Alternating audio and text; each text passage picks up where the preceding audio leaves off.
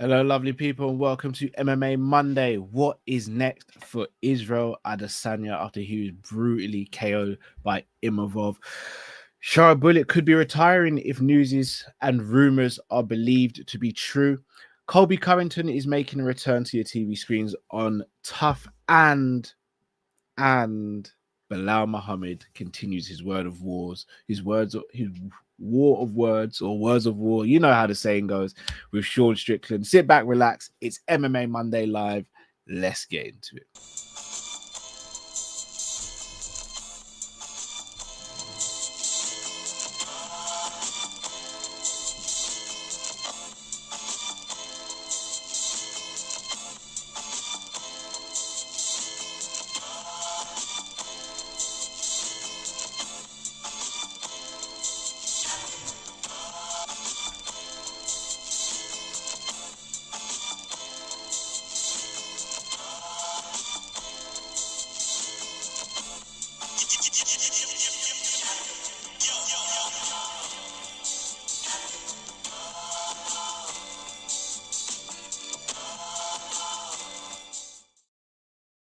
Hello, everyone. Hope you're well. Welcome back to the show.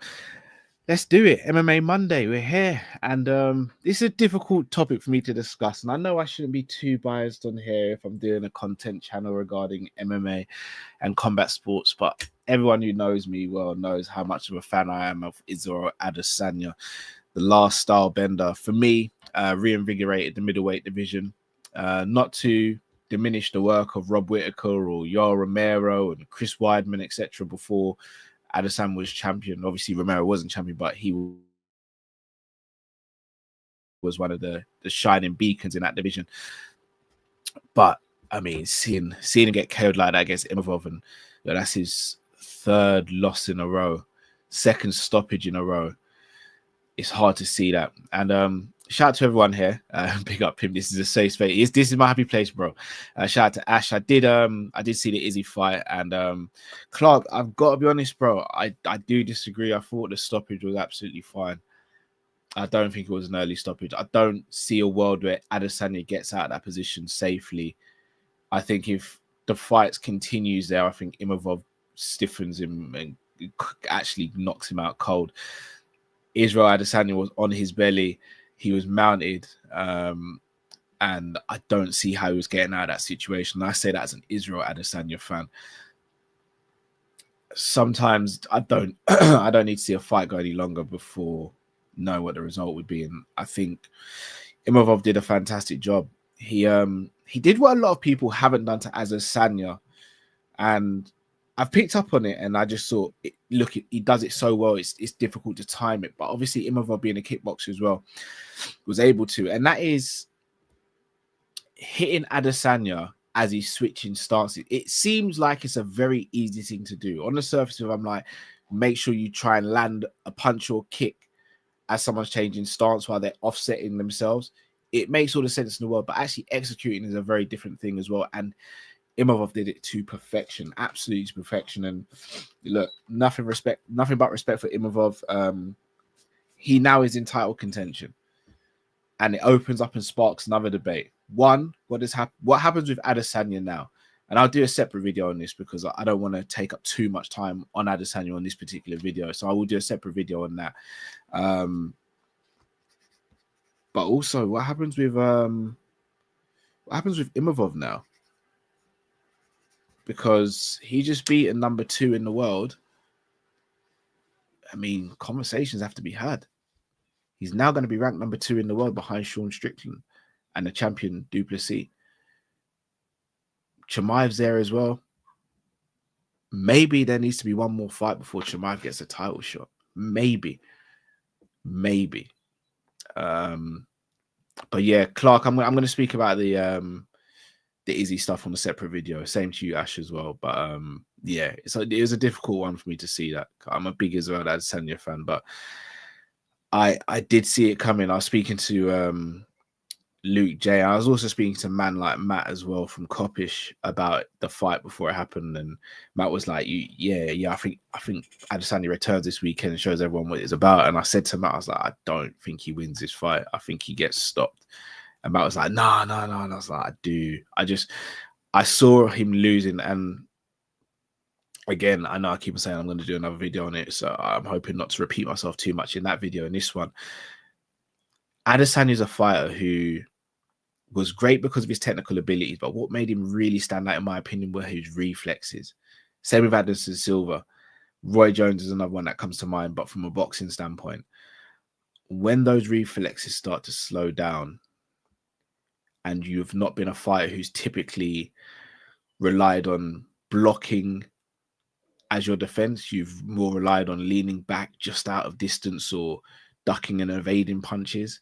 When your reflexes go even just a little bit and you start getting caught, it makes you look like you're not the same person, makes you look like you're not the same fighter. And unfortunately, I think that's what's happened here.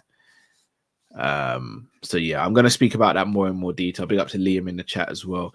So yeah, we will see what happens there. And again, massive congratulations to Imavov. A fantastic win, a fantastic result, and a fantastic performance. So time will tell to see what happens in that middleweight division, which I'll be honest is kind of going under the radar. Very exciting division at the moment. On to someone else in the division who picked up his first loss of the weekend due to a masterclass by MVP, the UK's very own, London's very own MVP, Shara Bullet. He had a lot to say after the fight, social media post. I don't like to say he makes excuses or he's making excuses, but he's just expressing why he doesn't feel he performed to his optimum potential, just citing some health issues, etc. Other things going on. Rumors have come out today, and I don't know how true it is, but that he could potentially be retiring because he only has vision in one eye, apparently. The vision in his other eye is extremely bad or close to nothing in that eye. And obviously we saw Michael Bisping fight, but he was lying to get fights. Michael Bisping, that's how much of a warrior he is, and how much he loved the fight game.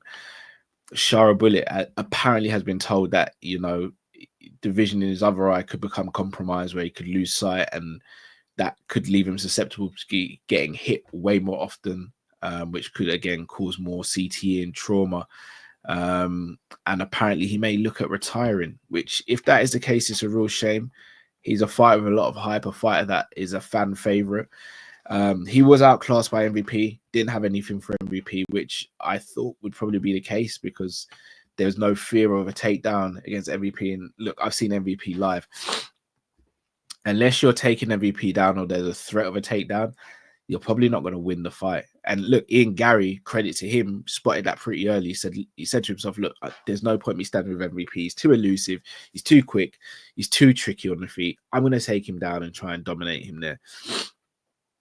And as a result, he was able to get a close win by using that strategy. And we've seen it again in Bellator against Storley as well.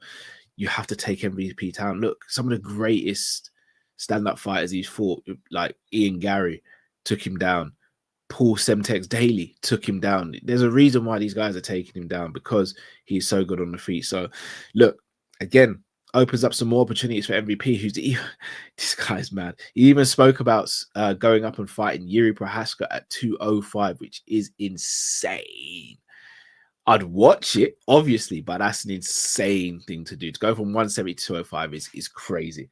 He'd be very much undersized. However, he would have the speed advantage and possibly the striking advantage as well, even though Yuri hits hard and is always in the pocket and willing to throw down. So that would be an interesting one as well. But shout out to MVP. Congratulations to him on the win.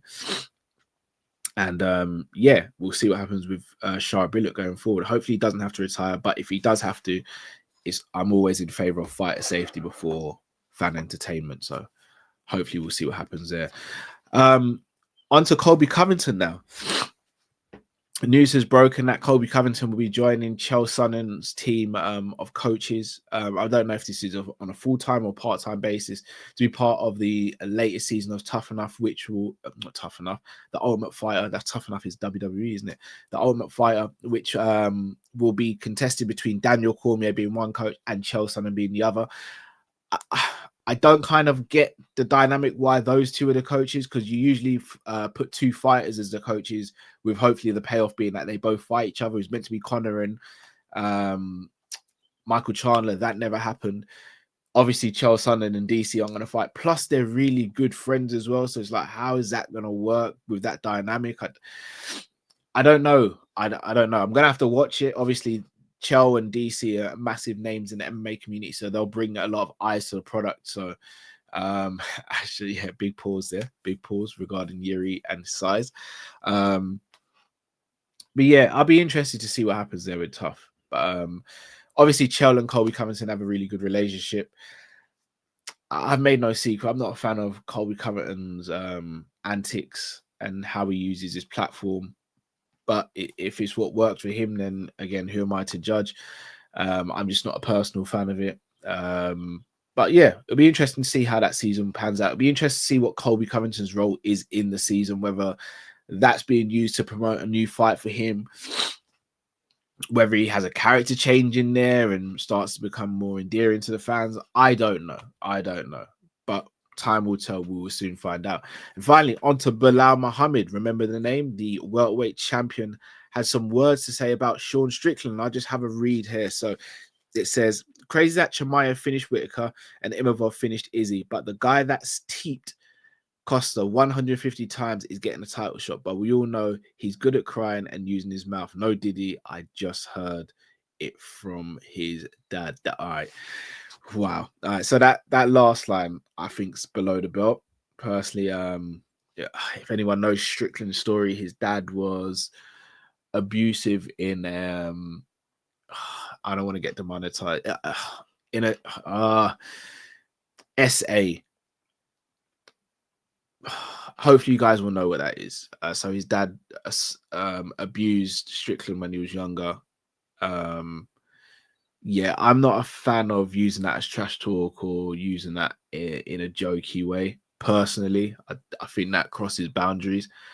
Plus, as someone who watches a lot of documentaries on stuff like that and sees the trauma that it has, plus as people who are role models in that industry like Bilal Muhammad, I don't think they should be saying stuff like that, because unfortunately there are kids out there going through stuff like that. So if it's being made light or used as trash talk, then said kids might not come forward and speak about that and get the help that they need, which could be detrimental to their lives. So, I mean, Bilal doesn't strike me as a bad person at all. Quite the opposite, actually.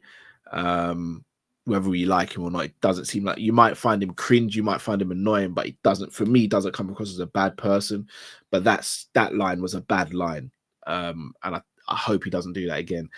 In regards to him saying, does Strickland deserve the next title shot? I personally see it 50-50. I think Strickland and Du Plessis had a close fight.